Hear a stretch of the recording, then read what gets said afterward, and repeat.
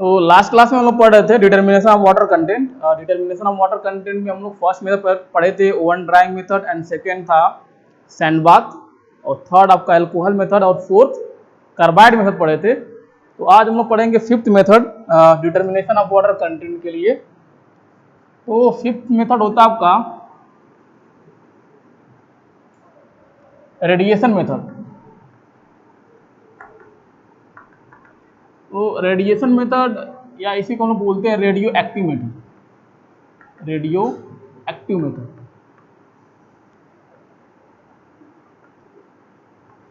तो radio active method इसका मतलब यह है कोई रेडियो एक्टिव मटेरियल यूज करेंगे हम लोग यहाँ पे। इस मेथड में कोई रेडियो एक्टिव मटेरियल यूज करते हैं। तो इस मेथड में रेडियो एक्टिव मटेरियल यूज करेंगे। तो इसमें क्या करते क्या है कि जिस सोयल सैंपल का या जिस सोयल सैंपल मीडियम की वाटर कंटेंट निकालना होता है, उस सोयल सैंपल के मीडियम में स्टील के दो केसिंग को हम लोग क्या करेंगे, डिप करेंगे, पेंट्रेट करते हैं उसके अंदर। तो दो स्टील केसिंग लेंगे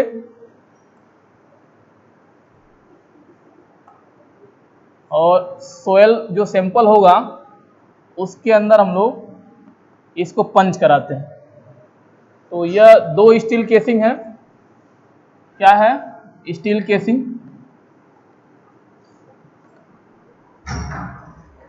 और यह आपका ग्राउंड लेवल, यह ग्राउंड लेवल। फर्स्ट वाले स्टील केसिंग के अंदर हम लोग रेडियो एक्टिव मटेरियल रखते हैं। तो यहाँ पे रेडियो एक्टिव मटेरियल होगा, रेडियो एक्टिव मटेरियल।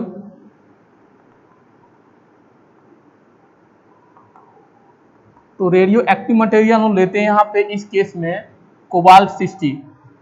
क्या लेंगे? कोबाल्ट 60।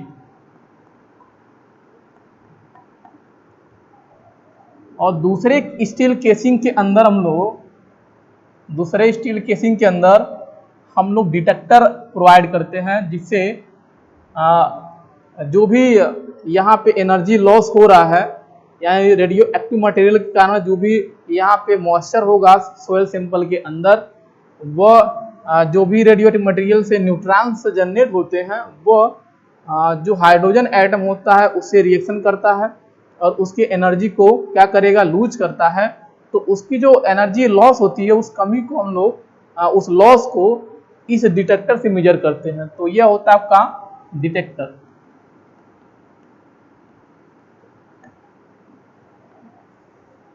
और यह ऊपर से कनेक्ट किए रहते हैं हम लोग और डिटेक्टर। और यहाँ पे आपका ग्राउंड लेवल हो गया ये। तो दो स्टील केसिंग होगा। फर्स्ट केसिंग के अंदर हम लोग रेडियो एक्टिव मटेरियल कोबाल्ट 60 रखते हैं, और सेकेंड केसिंग के अंदर हम लोग कोई डिटेक्टर रखेंगे। डिटेक्टर क्या करता है, न्यूट्रॉन की जो एनर्जी लॉस होगी उसको डिटेक्ट करने के लिए हम लोग जो डिटेक्टर जो डिवाइस यूज करते हैं उसको बोलते हैं डिटेक्टर। अगर ये सोयल सैंपल आपका, ये सोयल सैंपल या जिस सोयल सैंपल की हम लोग वाटर कंटेंट निकालना है, तो ये क्या है, सोयल सैंपल। जब रेडियो एक्टिव मटेरियल एक्टिव होगा तो इससे क्या निकलते हैं, न्यूट्रॉन्स निकलेंगे। इससे क्या निकलेंगे, न्यूट्रॉन्स निकलेंगे। और यह हाइड्रोजन एटम से रिएक्ट करते हैं। हाइड्रोजन एटम कहाँ पे होगा, जो सोयल सैंपल में वाटर होगा, ये वाटर के अंदर होगा।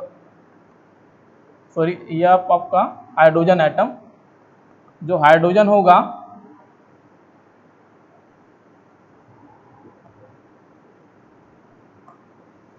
तो ये किसके अंदर होगा, तो ये वाटर के अंदर होगा। तो इससे रिएक्शन करता है ये न्यूट्रॉन्स जो रेडियो एक्टिव मटेरियल से आपका जनरेट होता है। तो ये जो हाइड्रोजन एटम होता है उसको ये कंज्यूम करता है और इसकी एनर्जी को क्या करेगा, लॉस करता है। तो जो भी एनर्जी यहाँ पे लॉस होगी, जो भी एनर्जी, तो न्यूट्रॉन गया, इससे रिएक्शन किया, तो न्यूट्रॉन क्या हो गया, जो न्यूट्रॉन यहाँ जनरेट हो रहा था उसकी एनर्जी क्या हो रही है, इससे रिएक्शन करने के कारण एनर्जी की लॉस हो रही है। किसकी, न्यूट्रॉन की। न्यूट्रॉन की जो एनर्जी होगी लॉस होगी। तो ये हम लोग एनर्जी जो लॉस होगा ये मेजर करते हैं डिटेक्टर से। तो एनर्जी लॉस का जो डिफरेंस होगा, यानी इनिशियल में जो सोयल मीडियम है, सोयल सैंपल है, उस समय एनर्जी का लेवल क्या था, और कुछ टाइम बाद जब न्यूट्रॉन जनरेट हो रहा है और वाटर जो पार्टिकल है वाटर के अंदर, जो हाइड्रोजन एटम है वाटर के अंदर, उससे न्यूट्रॉन से रिएक्शन होने के बाद वह कंज्यूम हो जा रहा है, न्यूट्रॉन क्या हो रहा है, कंज्यूम हो जा रहा है। तो इससे क्या हो रहा है, न्यूट्रॉन का जो एनर्जी है वो लॉस होती है, उसको हम लोग मेजर करते हैं डिटेक्टर के कारण। तो स्टार्टिंग में क्या था, कुछ टाइम बाद क्या है एनर्जी का लेवल, ये हम लोग डिटेक्टर से मेजर करने के बाद उस एनर्जी लॉस के टर्म में हम लोग क्या करते हैं, वाटर कंटेंट डिटेक्ट करते हैं, कैलिब्रेट करते हैं। तो यह मेथड होता है आपका रेडिएशन या रेडियो एक्टिव मेथड। तो इसमें जो एनर्जी लॉस होता है उसके टर्म में हम लोग कैलिब्रेट करके रीडिंग निकालते हैं, वाटर कंटेंट निकालते हैं। उसके बाद आपका मेथड नंबर 6, मेथड 6 आपका torsion balance method. Torsion balance method. तो टॉर्जन बैलेंस मेथड को हम लोग बोलते हैं इंफ्रारेड मेथड भी बोलते हैं, इंफ्रारेड मेथड।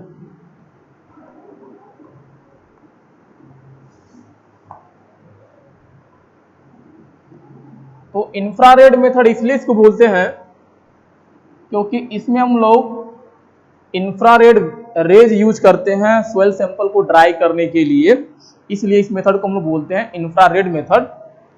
तो इंफ्रारेड मेथड में फर्स्ट पॉइंट याद रखेंगे कि हम लोग क्या यूज करेंगे, इसमें इंफ्रारेड रेज यूज करते हैं, किस लिए, for drying of soil sample, for drying of soil sample. Soil sample को ड्राई करने के लिए इंफ्रारेड रेज यूज करेंगे।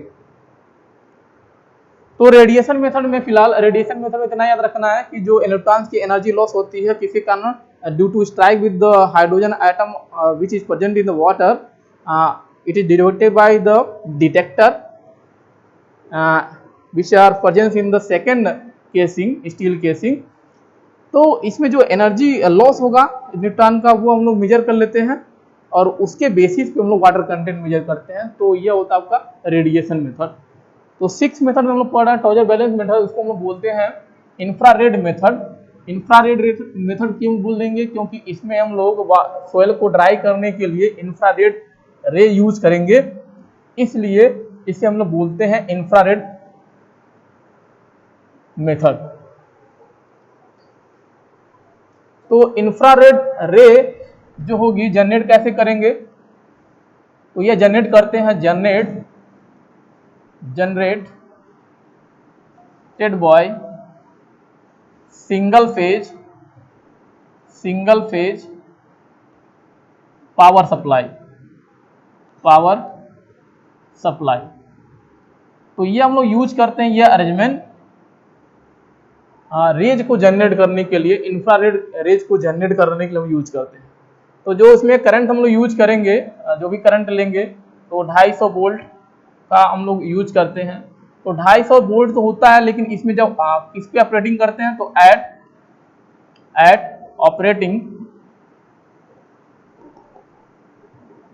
ऑपरेटिंग तो हम लोग यूज करेंगे 220 से लेके 230 वोल्ट तक हम लोग यूज करते हैं करंट। और फ्रीक्वेंसी कितना होना चाहिए उस इंफ्रारेड जनरेट करने के लिए, तो 50 हर्ट्ज।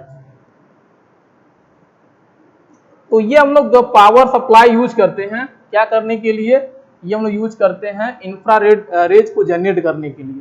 क्यों कर रहे हैं, क्योंकि इंफ्रारेड रेज के हेल्प से हम लोग क्या करते हैं, सोयल सैंपल को ड्राई करते हैं इस मेथड में, उसी को हम लोग बोलते हैं इंफ्रारेड रेड मेथड। सेकंड जो इंपॉर्टेंट पॉइंट है इस मेथड का, सेकंड जो इंपॉर्टेंट पॉइंट आपका, कि इस मेथड में जो आपका ड्राइंग होता है, जो लोग सोयल को ड्राई कर रहे हैं, तो ड्राइंग और साथ के साथ जो हम लोग वेट करते हैं सोयल सैंपल का, जो लोग वेट करते हैं सोयल सैंपल का वेटिंग, वो एक साथ होता है, is done simultaneously.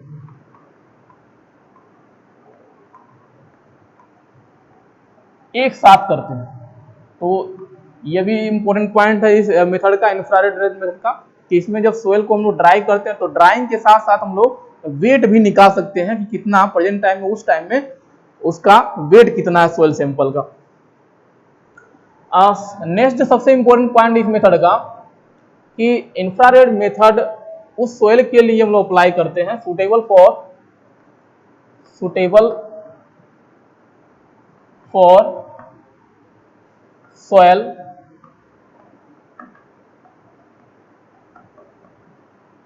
which is quick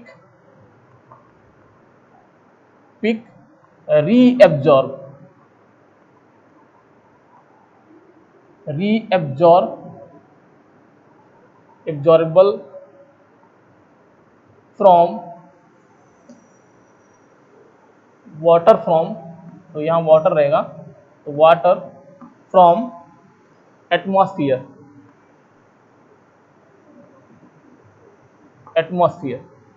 यानी ऐसे सॉइल के लिए ये सूटेबल होता है आपका इंफ्रारेड मेथड, जो सॉइल एटमॉस्फेयर के में जो आपका मॉइस्चर कंटेंट होगा या वाटर होगा उसको तुरंत रीअब्जॉर्ब कर ले, तुरंत यानी सडनली तेजी से रीअब्जॉर्ब करता। तो ये कौन सी सॉइल होती है? अगर इस सॉइल की हम लोग बात करें तो यह सॉइल होता है आपका फाइन ग्रेन सॉइल। यानी फाइन ग्रेन सॉइल क्या होता है, अगर वाटर कंटेक्ट में आएगा तो तुरंत क्या करेगा, वाटर को एब्जॉर्ब करता है। तो ये मेथड जो होता है सूटेबल होता है किस सॉइल के लिए, यानी ऐसी सॉइल के लिए जो एटमॉस्फेयर से में जो वाटर या मॉइस्चर होता है उसके कांटेक्ट में आने से तुरंत क्या करे, उसको एब्जॉर्ब कर ले। तो उस सॉइल के लिए हम लोग ये मेथड यूज करेंगे। तो ऐसी सॉइल की अगर बात करें तो उस सॉइल को हम बोलते हैं फाइन ग्रेन सॉइल, और फाइन ग्रेन सॉइल को इसको हम लोग बोल सकते हैं कोहेसिव सॉइल। तो ये हम लोग पढ़ चुके हैं कोहेसिव सॉइल क्या होता है, फाइन ग्रेन सॉइल क्या होता है, तो ये भी हम लोग डिस्कस कर चुके हैं। तो सेकंड पॉइंट याद रखेंगे कि यह इंफ्रारेड रेज मेथड किस लिए है, ऐसे सॉइल के लिए है जो एटमॉस्फेयर से मॉइस्चर को क्या करते हो, तुरंत का सडनली रीअब्जॉर्ब करता हो। तो यह फिनोमेना किसके अंदर है, फाइन ग्रेन सॉइल के लिए होता है। तो ये भी याद रखेंगे। अब इसका मेथनिंग या प्रोसीजिंग हम लोग देखेंगे, प्रोसीजर क्या होता है। तो इसमें दो पैन बने होंगे और बीच में गेज रीडिंग निकालने के लिए इस तरह से बना होगा एक गेज रीडिंग, और ये जो रीडिंग देगा आपका, तो डायल गेज लगा होगा। तो यह डायल गेज जो रीडिंग देगा आपका, यह देता है W डैश के टर्म में, यानी total part of water content, यानी W डैश के टर्म में देता है रीडिंग। और इस तरह से दो पैन बने होंगे स्टील के,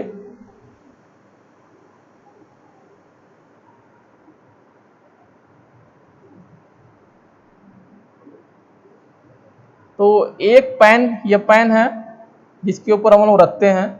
तो यह आपका इंफ्रारेड रेज जनरेट करने के लिए कोई बल्ब हम लोग यहाँ पे यूज करते हैं। तो यह आपका अगर बल्ब है तो ये क्या है, इंफ्रारेड बल्ब या लैंप भी हम लोग कह सकते हैं। तो लैंप, तो इससे क्या निकलता है, इससे आपका निकलेगा इंफ्रारेड रेज निकलेगी, इंफ्रारेड रेज निकलेगी। और ये कहाँ जाएगी, सोयल सैंपल किसी कंटेनर के अंदर रखा होगा, यहाँ पे सोयल सैंपल होगा, उससे यह रिएक्शन करेगा। तो ये आपका सोयल सैंपल होगा, सोयल सैंपल यहाँ पे रखा होगा और इसी को यह ड्राई करेगा। और जब ड्राई करेगा तो यहाँ से कैलिब्रेट होके इस डिवाइस से W डैश मिल जाता है वाटर कंटेंट। तो हम लोग पढ़े थे कि वाटर कंटेंट को एक दूसरे टर्म से भी हम एक्सप्रेस करते हैं, उसको बोलते हैं total weight of water content. तो W डैश निकल जाएगा। तो हम लोग जानते हैं वाटर कंटेंट इक्वल्स टू होता है W dash divide by 1 minus W dash. तो यह फार्मूला अप्लाई करने के बाद हम लोग वाटर कंटेंट की वैल्यू निकाल लेंगे। तो इंफ्रारेड रेड मेथड में हम लोग इतना याद रखेंगे। पहला पॉइंट तो यह इंफ्रारेड रेड मेथड इसको इसलिए बोलते हैं क्योंकि इसमें इंफ्रारेड रेज यूज करते हैं। किस लिए, सोयल को ड्राई करने के लिए, और सोयल को ड्राई करने के लिए जो इंफ्रारेड रे जनरेट करते हैं वो कौन सी सप्लाई या पावर यूज करेंगे, तो single phase power supply use करते हैं। तो 250 वोल्ट होता है करंट का, लेकिन हम लोग इसको ऑपरेट करने के लिए सिंगल फेज पावर सप्लाई को हम लोग वहाँ कितना वोल्ट लेंगे करंट, 220 से 230 लेते हैं, फ्रिक्वेंसी 50 हर्ट्ज लेंगे। इससे हम लोग क्या करेंगे, इंफ्रारेड रेट जनरेट करते हैं। दूसरा जो इम्पोर्टेंट पॉइंट है कि इस मेथड के अंदर ड्राइंग और जो वेटिंग का काम होता है एक साथ होता है, और ऐसे सोयल के लिए मेथड हम लोग यूज करते हैं जो एटमॉस्फेयर में मॉइस्चर को तुरंत एब्जॉर्ब करने की एबिलिटी रखता है। उस तरह के सोयल के लिए हम लोग यह मेथड यूज करते हैं। तो उसके अंदर, उस सोयल के अंदर आते हैं फाइन ग्रेन सोयल, जिसको हम लोग बोलते हैं कोहेसिव सोयल।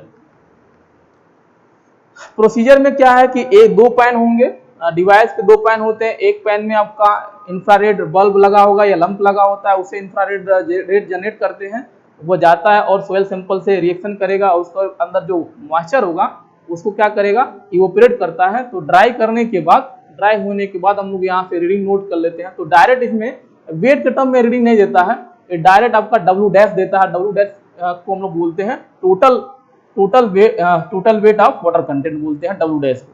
और इन दोनों में रिलेशन क्या होता है, वाटर कंटेंट इक्वल्स टू होता है W dash divide by 1 minus W dash. हम लोग पहले भी पढ़ चुके हैं कैल्शियम कार्बाइड मेथड के अंदर। तो कैल्शियम कार्बाइड मेथड के अंदर भी जो हम लोग को रीडिंग मिलता था वो डब्ल्यू डैश के टर्म में मिलता था। तो हम लोग पढ़े थे कि डब्ल्यू डैश और वाटर कंटेंट में क्या रिलेशन होता है। तो इस रिलेशन का यूज करके हम लोग क्या निकाल लेंगे, डायरेक्ट वाटर कंटेंट निकाल लेते हैं। तो यह प्रोसीजर था इसमें। अगर ड्यूरेशन की बात किया जाए तो ड्यूरेशन की अगर बात करें इस मेथड में, ड्यूरेशन फॉर रीडिंग, कितना टाइम लगता है रीडिंग निकालने में। तो ड्यूरेशन इस मेथड के लिए, तो ये टाइम इस मेथड के लिए लगता है 15 to 30 minute, 15 to 30 minute. 30 minute लगेगा कोहेसिव सोयल के लिए, 30 मिनट लगता है कोहेसिव सोयल के लिए। बाकी 15 मिनट अगर कोहेसिव सोयल नहीं है, यानी soil other than cohesive soil, उसके लिए कितना टाइम लेते हैं, अब 15 मिनट। तो other then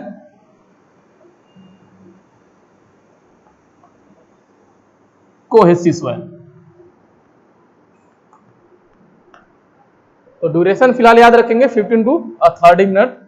infrared ration method में से हम लोग क्या करते हैं, वाटर कंटेंट निकालते हैं। 30 मिनट किसके लिए, कोहेसिव सोयल के लिए होता है, 15 मिनट। अगर कोहेसिव सोयल नहीं है तो हम लोग जो टाइम लेते हैं 15 मिनट। नेक्स्ट जो मेथड है, मेथड नंबर 7, पिक्नोमीटर मेथड। तो पिक्नोमीटर मेथड बहुत इंपॉर्टेंट है, पूछा भी जाता है। तो हम लोग बात भी कर रहे थे लास्ट टाइम कि जैसे 7 या 8 मेथड हम लोग पढ़ने वाले हैं डिटर्मिनेशन ऑफ वाटर कंटेंट में।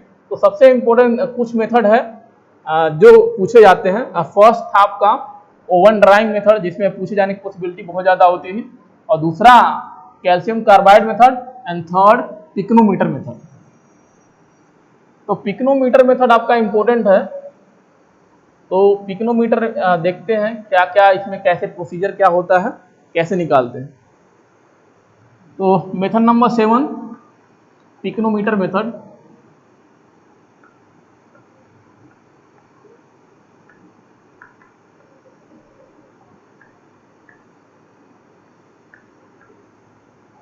तो पिक्नोमीटर मेथड में सबसे पहले जो फर्स्ट पॉइंट याद रखेंगे, पिक्नोमीटर है क्या।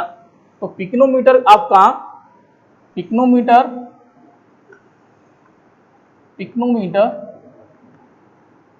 900 ml कैपेसिटी का एक फ्लास्क होता है, ठीक है। एक फ्लास्क होगा जिसका जो अपर पार्ट होगा, इस फ्लास्क का जो अपर पार्ट होता है, यानी जो टॉप पॉइंट होगा वो आपका कोनिकल शेप का होता है, यानी कुछ ऐसे होगा, इस तरह से यह शेप होता है। यानी इसकी कैपेसिटी कितनी होगी, इसकी कैपेसिटी 900 ml की होती है, और जो इसका टॉप पोर्शन होता है वो कोनिकल शेप का होता है, और कोनिकल शेप का होगा, और इसकी डाया कितनी होती है, 6 mm की होती है। तो इतना याद रखेंगे, dia of top portion of conical से।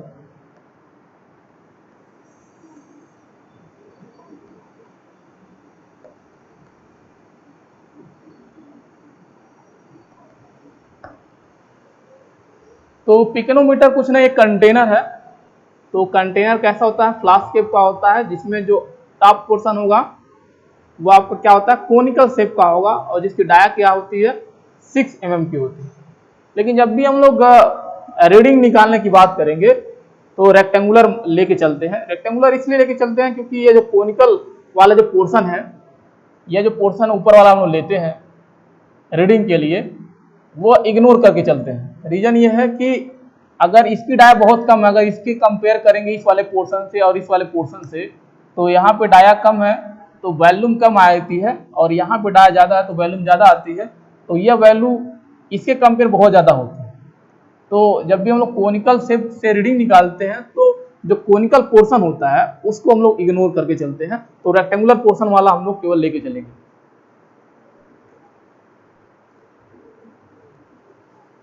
तो इसमें प्रोसीजर देखते हैं क्या करते हैं, कैसे रीडिंग निकालेंगे। तो फिलहाल पिकोनोमीटर का हम लोग यूज करके क्या निकालने वाले, वाटर कंटेंट।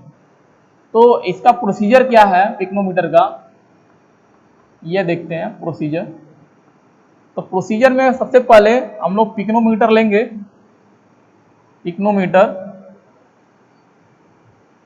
खाली पिकोनोमीटर लेंगे और उसका वेट कर लेंगे।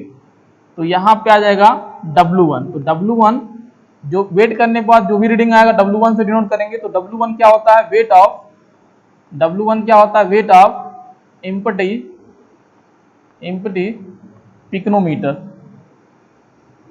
पिकोनोमीटर। सेकेंड स्टेज में क्या करते हैं, सेकेंड स्टेज में पिकोनोमीटर के अंदर जिस सॉइल सैंपल का वाटर कंटेंट निकालना है, यानी एयर ड्राई सॉइल सैंपल, या जिसको हम लोग कह सकते हैं मॉइस्ट सैंपल, उसको पिकोनोमीटर के अंदर रखेंगे इस तरह से।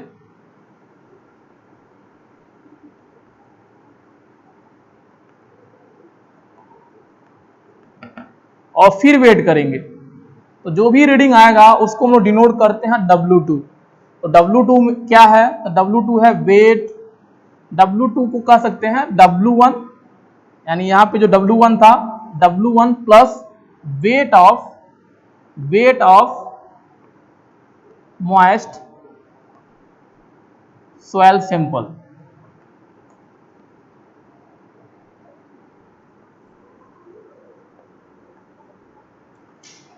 फिर थर्ड स्टेज में क्या करेंगे, थर्ड स्टेज में अरेंजमेंट यही रहेगा, सेकेंड वाला ही। इसके अंदर जो खाली स्पेस है उसमें क्या करेंगे, वाटर भर देते हैं। तो वाटर भरेंगे थर्ड स्टेज में। तो यहाँ का नीचे बॉटम पोर्शन पे सॉइल रहेगा, तो इसके जो भी पोर हैं इस सॉइल सैंपल के में जो वायर्स होंगे वो क्या हो जाएगा, वो भी वाटर से फिल्ड हो जाएगा, भर जाएगा। तो पूरा का पूरा नीचे क्या दिखाई देगा, सॉलिड वाला, और पोर के अंदर क्या होगा, वाटर। बाकी रिमेनिंग पोर्शन में भी क्या दिखाई देगा, वाटर। तो उसके बाद इस फिर पूरे अरेंजमेंट को हम लोग वेट करेंगे और रीडिंग निकालेंगे। तो जो भी रीडिंग आएगा उसको हम लोग डिनोट करेंगे W3 से।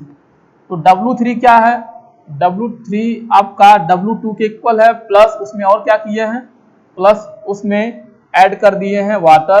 तो लिखेंगे wait of water filled in remaining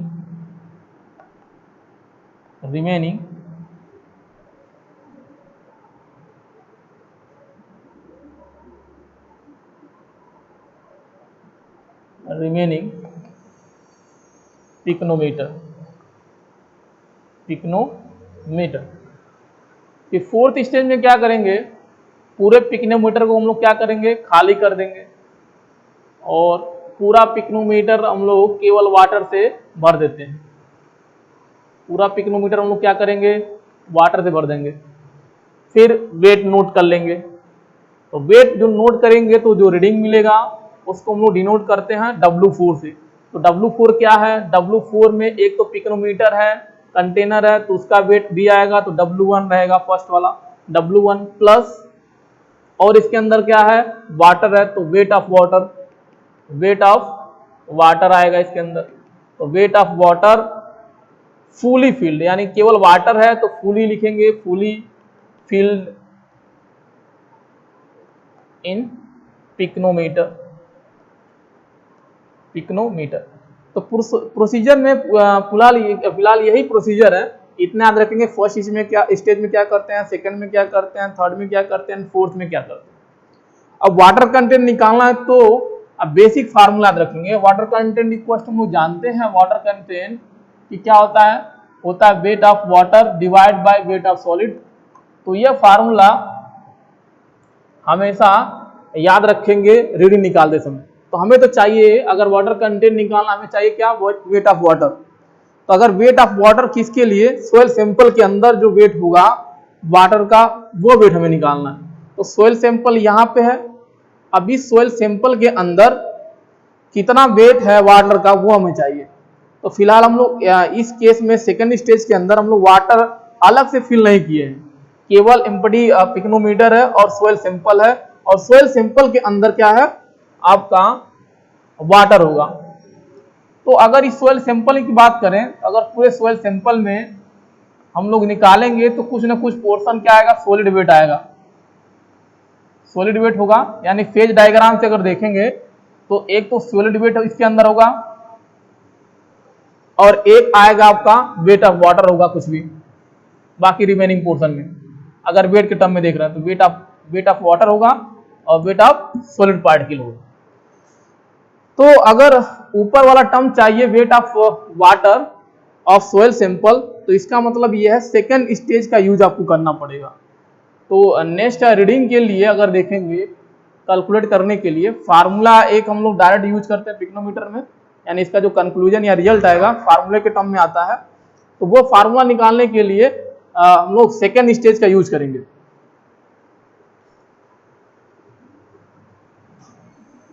तो वेट ऑफ वाटर निकालना है, तो वेट ऑफ वाटर निकलेगा आपका सेकेंड स्टेज से, वेट ऑफ वाटर निकलेगा सेकेंड स्टेज। तो weight of water, weight of water और सोइल सैंपल, तो ये आपका आ जाएगा W सफिक्स में W, wait of water second stage में। तो W2 है, तो W2 माइनस W1, क्योंकि पिकोमीटर का वेट भी ऐड है तो माइनस कर देंगे W1। अब क्या आया, यानी वेट आया आपका मॉइस्ट सोइल का, यानी ये करने के बाद क्या आ जाएगा, आएगा आपका weight of moist soil. Moist soil के अंदर क्या है, वेट ऑफ सॉलिड पार्टिकल है और वेट ऑफ वाटर है। हमें क्या चाहिए, वेट ऑफ वाटर, तो माइनस कर देंगे वेट ऑफ सॉलिड पार्टिकल, तो minus weight of solid particle.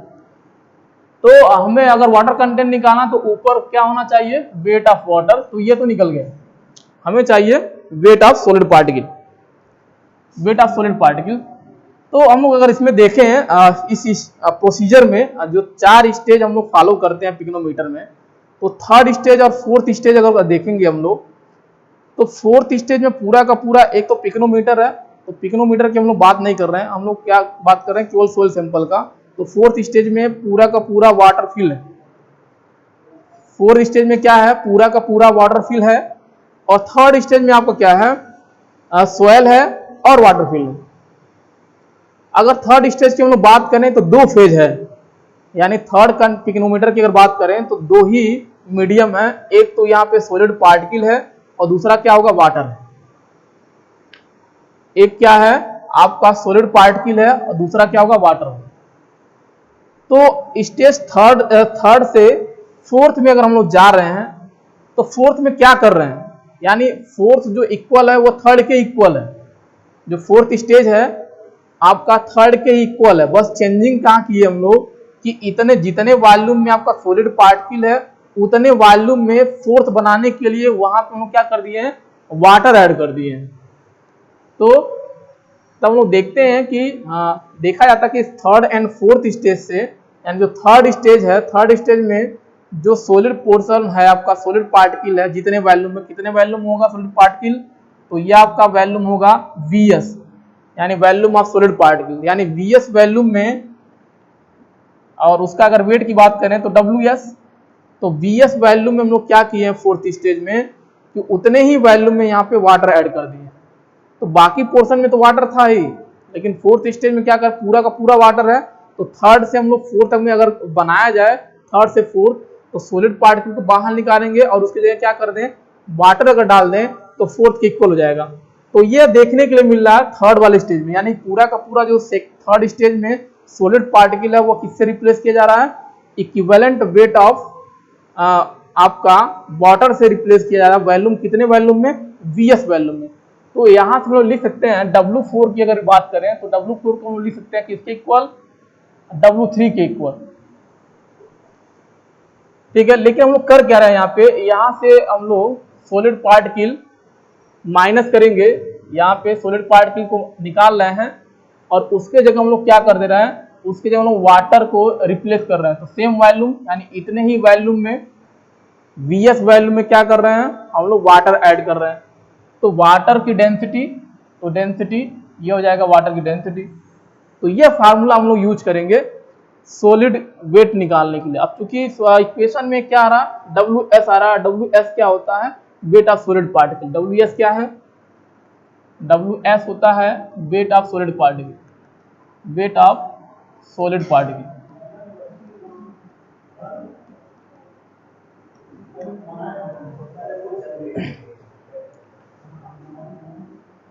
तो एक फार्मूला और हम लोग पढ़े थे, specific gravity G equals to Ws divide by Vs gamma W, ये फार्मूला पढ़े थे। यहाँ से हम लोग निकालेंगे Vs इक्वल्स टू निकालेंगे तो Ws divide bye G gamma W, ये यूज कर देंगे यहाँ पे। तो यहाँ पे Vs की जगह इक्वल पुट कर देंगे। तो इसको सॉल्व करेंगे तो W4 equals to W3 minus Ws, और Vs की जगह पुट करेंगे तो Vs की जगह लिख सकते हैं हम लोग Ws divide bye G gamma W into gamma W, into gamma W। तो गामा W आपका ये कैंसिल आउट हो जाएगा और यहाँ से Ws और Ws जो दिख रहा है यहाँ से कॉमन लेंगे तो इसको लिख सकते हैं W4, इसको इस साइड ले आएंगे तो कितना आ जाएगा W3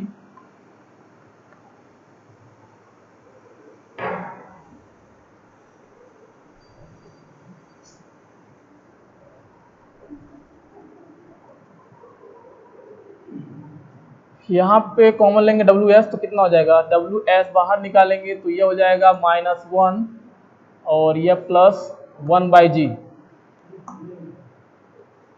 1/g। इसको सॉल्व करेंगे तो ये हो जाएगा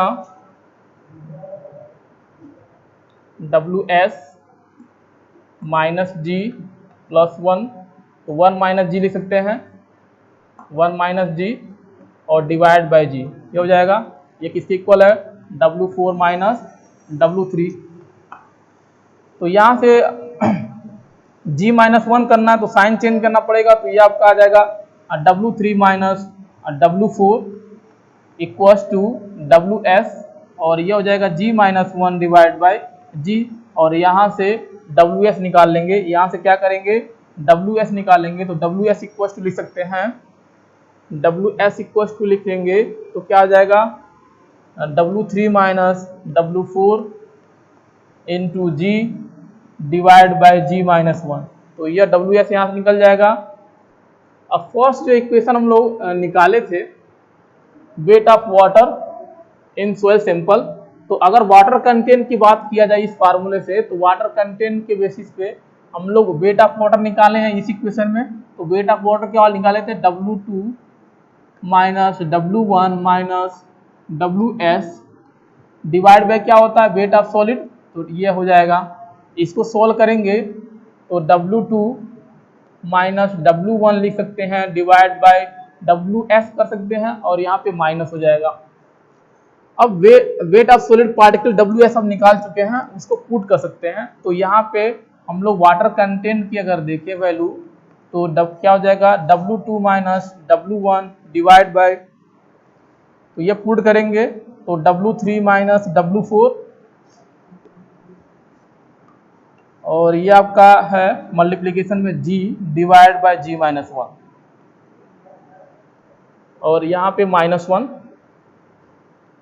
तो ये सॉल्व करेंगे तो ये मॉडिफाई हो जाएगा, तो ये हो जाएगा W2 minus W1 divide by W3 minus W4, और ये सॉल्व करेंगे तो हो जाएगा G minus 1 divide by G, और ये -1।